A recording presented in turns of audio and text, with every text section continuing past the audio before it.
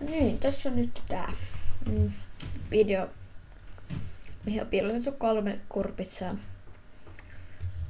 Joten nyt mä näytän missä siellä ne on.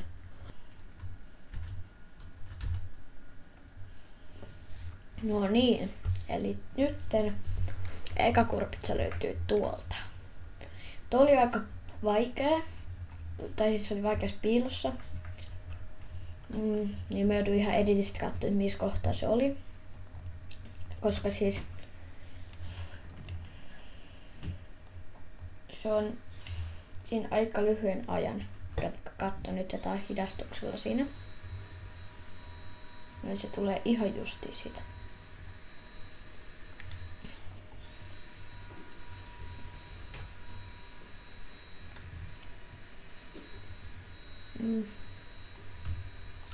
Ihan 2 sekuntia enää. Okei, vielä vähän aikaa. Nyt. Missä näkyy tossa noin nopeasti. Niin se oli aika vaikea huomata. Joo. No niin. Seuraava oli. Eka oli siis kohdassa 4.30 jotain. Ja sitten toka kurpitsa, mikä löytyy tuolta. Niin, se on sitten kohdassa 6.56. Ja sitten vielä viimeinen. Noin. Nyt tässä nytten se kurpitsa löytyy tuolta. Siinä oli kaikki 3 kurpitsaa ja tää oli tosiaan kohdassa 25.06.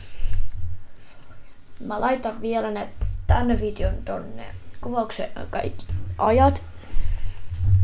Niin sitten voitte vielä katsoa itsekin sieltä, jos haluatte.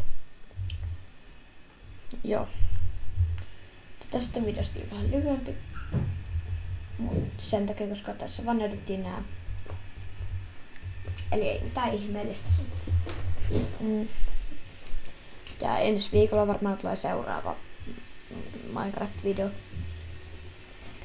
Moikka!